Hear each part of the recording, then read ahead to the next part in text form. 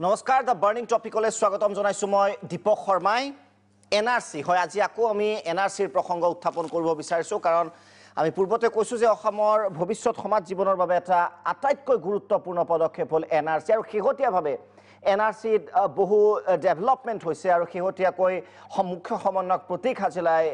উচ্চতম ন্যায়ালয়ৰ নিৰ্দেশনাত পাৱাৰ পইণ্ট প্ৰেজেণ্টেশ্যন দিছিল আৰম্ভণিতে এনআৰসি কেনেকৈ আৰম্ভ হৈছিল ইয়াৰ বুৰঞ্জী কি আৰু বৰ্তমানলৈ কি চলি আছে সমগ্ৰ বিষয়ত পাৱাৰ পইণ্ট প্ৰেজেণ্টেশ্যন দিছিল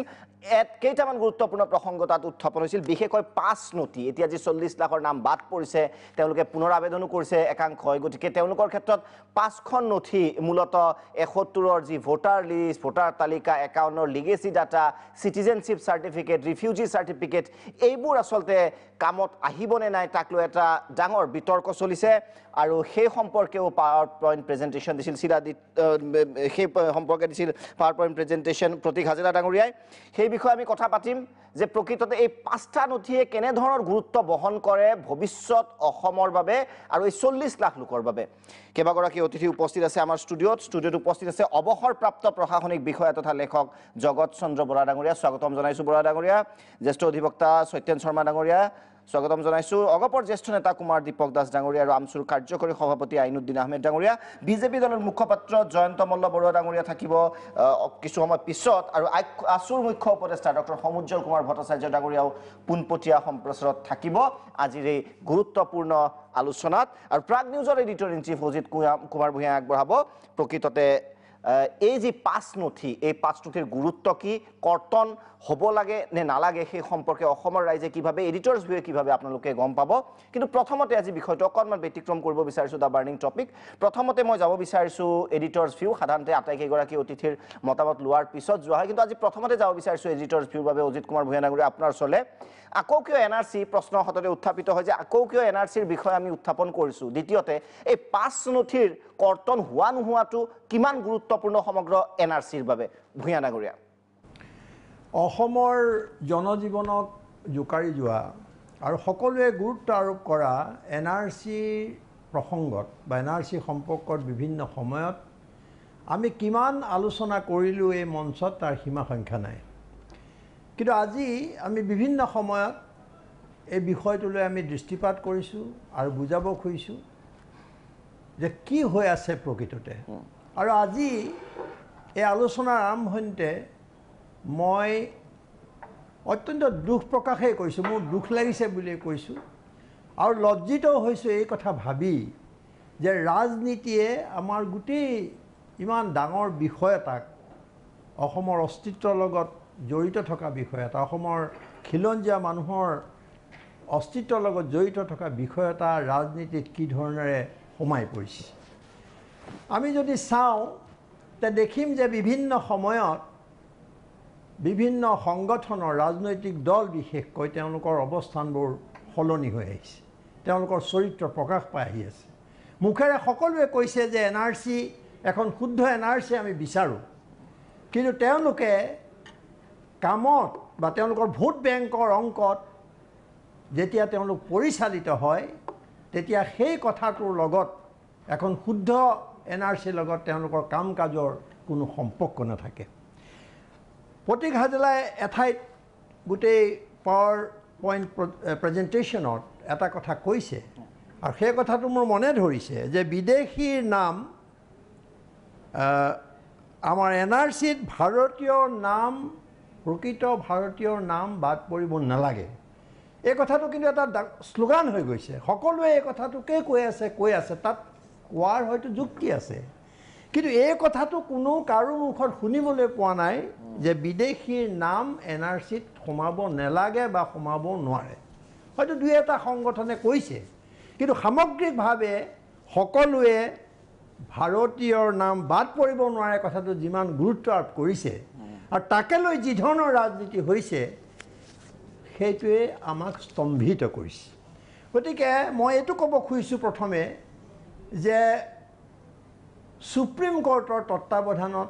এনআৰচিৰ কাম কাজ চলি আছে আৰু আজি আমি জনপ্ৰতিনিধি থকাৰ পিছতো আমি নিৰ্বাচিত কৰি দিয়া চৰকাৰ থকাৰ পিছতো আমি আজিৰ তাৰিখত প্ৰধানমন্ত্ৰী মুখ্যমন্ত্ৰী গৃহমন্ত্ৰী এইসকলৰ ওপৰত আমি কিন্তু আজি আস্থা স্থাপন কৰিব নোৱাৰা অৱস্থাত উপনীত হৈছোঁ। আজি আমি তেওঁলোকৰ ওপৰত কোনো ধৰণৰ ভৰসা ৰাখিব নোৱাৰা হৈছোঁ। আজি আমি ভৰসা ৰাখিবলগীয়া হৈছোঁ মহামান্য সুপ্ৰিম কোৰ্টৰ ওপৰত। আজি আমি তেওঁলোকৰ মুখলৈ চোৱাৰ বাহিৰে আমাৰ কোনো গত্যন্তৰ নাই। আজি আমি লক্ষ্য কৰিলে দেখিম যে পাৱাৰ পইণ্ট প্ৰেজেণ্টেশ্যন তাকতো অৱশ্যেই বিতৰ্ক হ'ব পাৰে, কিন্তু যি ধৰণৰ বিতৰ্কই ঠাই পাইছে এই কথাটোৱে আমাৰ সন্দেহ ঘনীভূত কৰিছে। আজি প্ৰতীক হাজেলাই পাৱাৰ পইণ্ট প্ৰেজেণ্টেশ্যন দিয়াৰ আগতে ঠিক আগমুহূৰ্তত সুপ্ৰিম কোৰ্টে বা উচ্চতম ন্যায়ালয়ে এই কথাটো কিয় ক'বলগীয়া হ'ল যে আপোনালোকে বিষয়াবৰ্গই এই গোটেই বিষয়টোত আপোনালোকে সোমাব পৰা নাই, আপোনালোকে বুজিয়ে পোৱা নাই কথাটো বুলি কৈছে। এইটো কম ডাঙৰ কথা নহয়। তাৰ পিছত যেতিয়া প্ৰেজেণ্টেশ্যন হ'ল তেতিয়া আমি দেখিলোঁ যে অসম চৰকাৰৰ মুখ্য সচিব, গৃহ আয়ুক্ত, তাৰপিছত মুখ্যমন্ত্ৰী, আইন উপদেষ্টা এইসকল মানুহ তাত উপস্থিত আছিল। আৰু আজি এই কথা লুকাই থকা নাই যে এই মানুহখিনিয়ে কিন্তু বিভিন্ন সময়ত NRCৰ ভিতৰলৈ সোমাই যোৱাত ব্যৰ্থ হৈছে বা তেওঁলোকে কোনো ধৰণৰ চেষ্টা কৰা নাই। এক ধৰণৰ ৰাজনীতিয়ে গোটেই পৰিৱেশটো ধুঁৱলি কৰি পেলাইছে। গতিকে মোৰ কথা হৈছে যে আজি আলোচনা হ'ব লাগে যে আপত্তিটো ক'ত। এই যে আজি কথাবোৰ ওলালে, একমাত্ৰ এজন মানুহে এক্সটেনচিভলি গোটেই NRCৰ কাম কাজ কৰি আছে, সেইজন প্ৰতীক হাজেলা। ব্যক্তিগত কথা তাত নাহে। তেওঁ এটা বিশাল বাহিনী লৈ এই কামটোকে আজি ইমান দিনে কৰি আছে। তেওঁৰ হাতত তথ্য আছে, তেওঁ এটা অনুসন্ধান আছে। সেইকাৰণে তেওঁ বিভিন্ন সময়ত আজি যদি কোনোবাই তেওঁক গালি পাৰিছে, বিজেপিয়ে, কাইলৈ কংগ্ৰেছে পাৰিছে, কাইলৈ হয়তো আমচুৱে পাৰিছে, কোনোবা দিনা কোৰ্টে পাৰিছে। গতিকে তেওঁৰ অৱস্থান সেইটো। কিন্তু তেওঁৰ হাতত থকা তথ্যবোৰ আমি কেনেকৈ অস্বীকাৰ কৰিম? তেওঁক আজি আমি দেখিলোঁ যে বাংলাদেশত থকা মানুহেও আনকি এটা গোটেই বিকৃত কৰি বা এইবিলাক যিটো ফ্ৰড বুলি আমি কওঁ যে গোটেইবিলাক টকা পইচাৰে কিনি মেলি তেওঁলোকে NRCত নাম সোমাবলৈ সক্ষম হৈছে। কিমান উদ্বেগৰ কথা! এইটো ক'তো হ'ব নোৱাৰে। এই কামটো হ'ব পাৰিছে কেৱল সোপাঢিলা চৰকাৰৰ কাৰণে। আৰু আটাইতকৈ ডাঙৰ কথা যে তেওঁলোকৰ এটা খুব নিম্নমানৰ তেওঁলোকৰ ৰাজনীতিৰ কাৰণে। গতিকে গোটেই বিষয়টো যিহেতু ৰাজনীতিত সোমাইছে আৰু আমি দেখিছোঁ যে সকলোৱে ভোট বেংকৰ স্বাৰ্থত পৰিচালিত হৈছে আৰু পৰিচালিত হোৱাৰ কাৰণে মূল কথাবোৰ তল পৰিছে। সেইকাৰণে আমি আজি গোটেই বিষয়টো এনেকৈ আনিছোঁ যে 5খন নথি যি কথা কোৱা হৈছে, এই কথাটোৱে ক'ত কি ধৰণৰ নাথাকিলে কি হ'ব আৰু থাকিলে কি হ'ব, ইয়াত সকলো আছে। তেখেতসকলে আপোনালোকে আলোচনা কৰক আৰু এটা মেছেজ দিব লাগে অসমৰ ৰাইজক। এই ধৰণৰ ৰাজনীতি বন্ধ কৰিব লাগে, যিটো আমাৰ ৰাজনীতি বৰ্তমান চলিছে। হিন্দুত্বক কেন্দ্ৰ কৰি, হিন্দু বাংলাদেশীক কেন্দ্ৰ কৰি সকলোৰে মুখা খোল খাই গৈছে। তাৰপিছতো আমি কেৱল সুপ্ৰিম কোৰ্টৰ মুখলৈ আমি বাট চাই আছোঁ। আৰু সেইকাৰণে অহা 1 তাৰিখে এই নথিকেইখনৰ ওপৰত এটা শুনানি হ'ব আৰু তাৰপিছত এটা ৰায়দান হ'ব। আমি তাৰ আগতে বা এই মুহূৰ্তত যিটো চৰ্চিত বিষয়, যিটো পাৱাৰ পইণ্ট প্ৰেজেণ্টেশ্যন, তাৰ ওপৰত আপোনালোকে এটা যুক্তিসন্মত আপোনালোকে যুক্তি দাঙি ধৰক, আলোচনা দাঙি ধৰক আৰু অসমৰ মানুহক আশ্বস্ত কৰক আপোনালোকে ৰাজনীতিক এই যিটো ৰাজনীতি, যিটো লেতেৰা ৰাজনীতি, তাৰ পৰা ওলাই আহক। এইটোকে কাৰণে আমি আজি এই আলোচনাটো আকৌ পাতনি মেলিছোঁ। নিশ্চয় এই 5 নথিয়ে বিশেষ গুৰুত্ব বহন কৰিছে। 5 নথিৰ সমৰ্থনত যদি একাংশ দল সংগঠন আছে, তাৰ বিৰোধতো আছে বিশেষকৈ কংগ্ৰেছ, বিজেপি, আমচু সকলোৱে ইয়াৰ বিৰোধ কৰিছে। এইবাৰ মই প্ৰথম সত্যেন শৰ্মাক এই 5 নথিৰ ৰিলিভেঞ্চিটো কি যদি মই সেই বিষয়ে জানিব বিচাৰোঁ। সপক্ষ বিপক্ষ পিছত হ'ব লাগে নালাগে, কিন্তু দৰকাৰী কিয়, ৰিলিভেঞ্চিটো কি 40 লাখ মানুহৰ বাবে আৰু সামগ্ৰিক NRCৰ বাবে 5 নথিটো কিয় গুৰুত্বপূৰ্ণ? না 5 নথিৰ যিটো কথা হৈছে, অলৰেডি 15খন নথি যিটো আছিল, এটা চৰকাৰে গোটেই মানুহবোৰক মাতি লৈ কৰিছিলে যে এই 15খন নথি লাগিব। আৰু সেই 15খন নথি মতে মানুহবিলাকে অলৰেডি এপ্লাই কৰিছে, তেওঁলোকৰ নাম চাম তাতে অলৰেডি আছে। এতিয়া কাবাৰ যদি তাত থাকি গৈছে, তেওঁলোকে সেইকেইখনৰ বাদে বেলেগখিনি দি পেলাই কৰিব পাৰিব। আৰু ছেকেণ্ড কথা, আজিলৈ সুপ্ৰিম কোৰ্টে ক'তো কোৱা নাই যে এই 5 নথি নালাগিব। সেইটো এটা ৰিপৰ্ট দিছে প্ৰতীক হাজেলাই, এইটো বেলেগ কথা। আমি আজি 1 নৱেম্বৰৰ অৰ্ডাৰটো নোহোৱাকৈ আজি যদি আমি নিজে ঠিক কৰি লওঁ যে 5 নথি নিদিয়ে সুপ্ৰিম কোৰ্টে, কালি কাৰণ 1 তাৰিখে যদি সুপ্ৰিম কোৰ্টে কৈ দিয়ে যে 5 নথিখন লাগিব, তেতিয়া কথাটো বেলেগ হৈ যাব মই সেইটোতকৈ ডাঙৰ কথা হৈছে বেলেগ এটা কথাটো হৈছে যিবিলাক পাৱাৰ পইণ্ট প্ৰেজেণ্টেশ্যন দিওঁতে যিটো অজিত দাই কৈ গৈছে বাৰে বাৰে প্ৰতীক হাজৰিকা ডাঙৰীয়াই যিবিলাক কথা কৈ আছে এইবিলাক তথ্যভিত্তিক আৰু এই তথ্যভিত্তিক কথা কওঁতে তেওঁ ফ্ৰডৰ কথা কৈছে মোৰ মনত বাৰে বাৰে এটা কথাই লাগি আছে যে যদি ফ্ৰড হৈছে 2.90 ক্ৰ'ৰ্ছৰ যিখিনি হৈছে অলৰেডি যিখিনি হৈ গৈছে সেইখিনিত হৈছে নে নাই ফ্ৰড যদি সেইখিনিতো ফ্ৰড হৈছে যিটো কৈছে যে এটা ৰেণ্ডম এটা চেম্পলিং লৈ পেলাই কৰিব দিছে সেইটোতো মেইন কথা হ'ব যদি কাৰণ এইটো পাৱাৰ পইণ্টটো দিওঁতে সুপ্ৰিম কোৰ্টে ৱৰ্ডটো ইউজ কৰিছে ইনক্লুশ্যন অফ নেম ইনক্লুশ্যন অফ নেমৰ ক্ষেত্ৰত এই 5খন নথি লাগিব নে নালাগে সেইটোৰ ওপৰত পাৱাৰ পইণ্ট দিছে এক্সক্লুশ্যনত দিয়া নাই ৱৰ্ডটো কিন্তু ইনক্লুশ্যন গতিকে এক্সক্লুশ্যন ৱৰ্ডটো সুপ্ৰিম কোৰ্টৰ অৰ্ডাৰটোত নাই কিন্তু গতিকে এক্সক্লুশ্যনৰ ক্ষেত্ৰত চাগে সেই বস্তুবিলাক চাব সেইকেইখনো চাব পাৰিব যদি কোনোবাই দিছেও সেই 5খন নথিও চেক কৰিব পাৰিব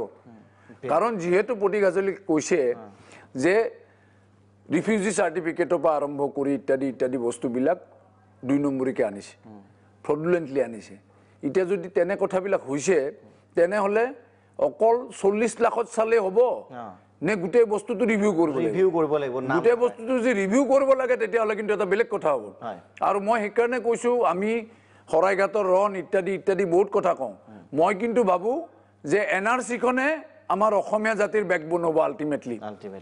আল্টিমেটলি যদি ৰাজহাড় হয় NRC-খন হ'ব আৰু এই NRC-খন 1951 চনৰ পিছত এইবাৰ আৰম্ভ হৈছে 1951 চনৰ পিছততো NRC নাই যদি নাই এইবাৰত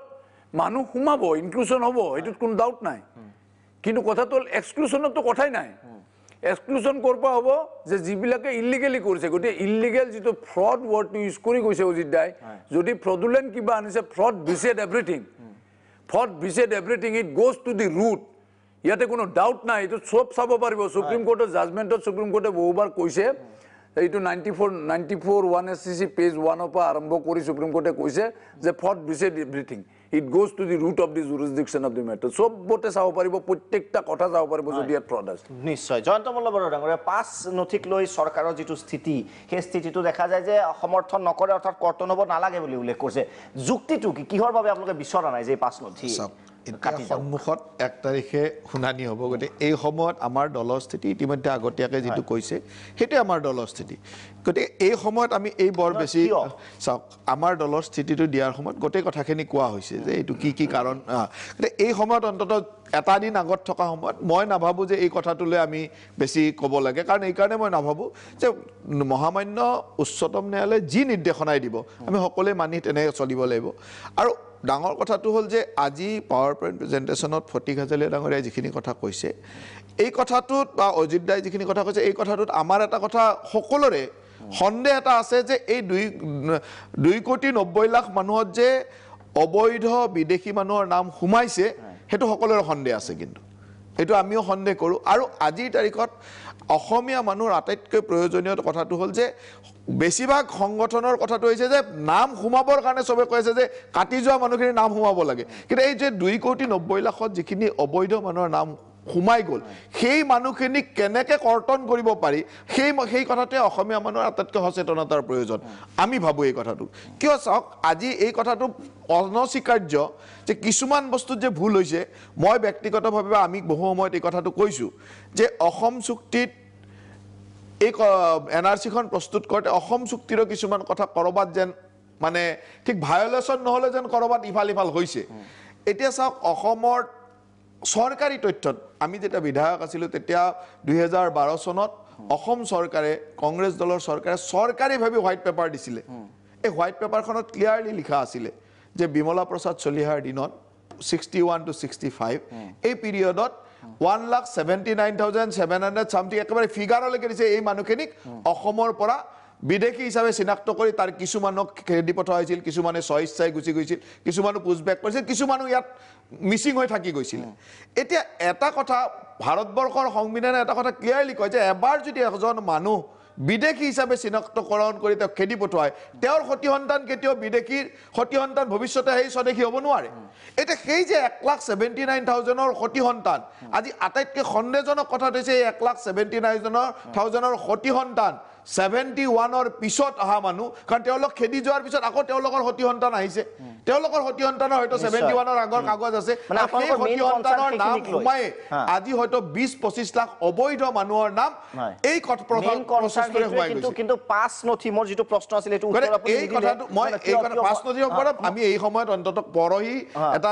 সুপ্ৰিম কোৰ্টৰ জাজৰ বাৰ নাই সত্যেন্দ্ৰ মান কৰি আছে আলোচনা কৰাতে কো বাৰ নাই যে কিয় সাপোৰ্ট কৰিছে এটো কোনো মই নাভাবো যে এই কথাত আমি ক'ব লাগে আমাৰ সন্দেহটো হ'ল যে এতিয়া আমি সেই কথাবিলাকত গুৰুত্ব দিব লাগে আৰু তেতিয়াহে এখন প্ৰকৃত শুদ্ধ এনআৰচি যাক অসমীয়া মানে বিচাৰিছে এটো পোৱা যাব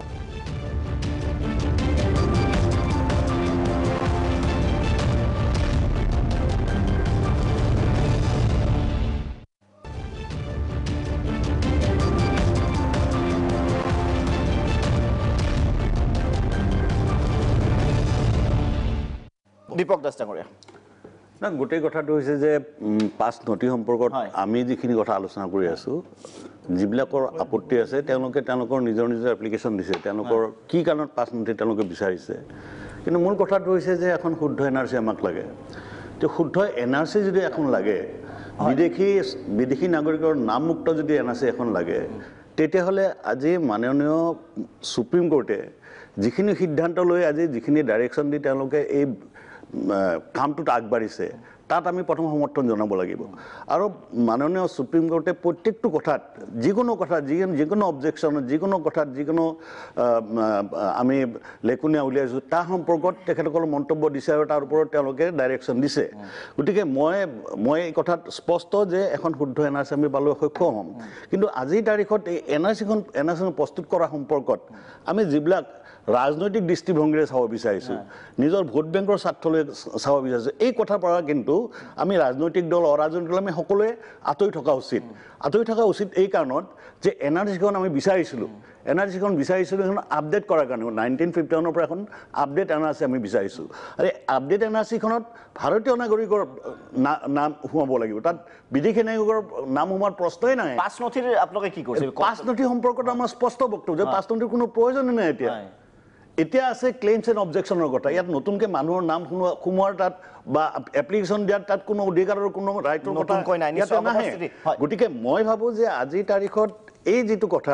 কথালৈ আমি কণ্ট্ৰভাৰ্চি সৃষ্টি কৰি আছোঁ মানুহৰ মাজত সন্দেহ প্ৰকাশ কৰাৰ কাৰণে সুযোগ দিছোঁ সেই কথাবিলাক কিন্তু আমি দূৰত ৰাখি সুপ্ৰিম কোৰ্টে যিটো ব্যৱস্থাৰে আজি আগবাঢ়িব বিচাৰে তাত আমি সহযোগ কৰা ভাল আৰু মই কৈছোঁ আজি ক্লেইমছৰ কথা আহিছে বহু ক্লেইমছ এপ্লিকেশ্যন পৰিছে কিন্তু অবজেকশ্যন আমি কিমান মানুহে দিছোঁ আজি ইয়াতে কৈ আছোঁ আমি ষ্টুডিঅ'ৰ মজিয়াত কৈছোঁ পেপাৰত কৈছোঁ বিবৃতি দিছোঁ কিন্তু অবজেকশ্যন তোমালোকে কিয় দিয়া নাই যদি হৈছে তেতিয়াহ'লে তোমালোকৰ যদি ডকুমেণ্টছে আছে তোমালোকে যদি জানাই আপোনালোকে গতিকে মই ভাবোঁ যে ক্লেইমছ এণ্ড অবজেকশ্যনৰ কাৰণে যিখিনি কাম সম্পূৰ্ণ কৰিব বিচাৰিছে কাৰণ অহা 1 তাৰিখে হিয়াৰিঙৰ পিছত ক্লেইমছ এণ্ড অবজেকশ্যনত কি হ'ব গোটেইখিনি ফাইনেলাইজ যেতিয়া হ'ব তাৰ আগতে আপোনালোকৰ যদি কি ক'ব লগা আছে যে অবজেকশ্যন সম্পৰ্কতো আমাৰ এইখিনি ক'ব লগা আছে এইখিনি কৰিব লাগে সেইখিনি নথি সম্পৰ্কত গৈ এটা কণ্ট্ৰভাৰ্চি সৃষ্টি কৰি লাভ নিশ্চয় অজিত কুমাৰ ভূঞা আপুনি কিবা এটা ক'ব বিচাৰিছিলে তেতিয়া মানে মই এইটো ক'ব খুজিছোঁ যে 1 তাৰিখে সুপ্ৰিম কোৰ্টত এইটো এটা ৰায় হ'ব শুনানি হ'ব সেই কথা ঠিক আছে কিন্তু সেইবুলিতো কোনো বহি থকা নাই এতিয়া জয়ন্ত মল্লবৰাই কৈছে ঠিক আছে সেইটো লৈ পেলাই আমি আজি ক'ব নোৱাৰোঁ কিন্তু ইতিমধ্যে পাঁচ নথিক লৈ পেলাই গোটেই গৰম কৰি দিয়া হৈছে পৰিৱেশ চাৰিওফালে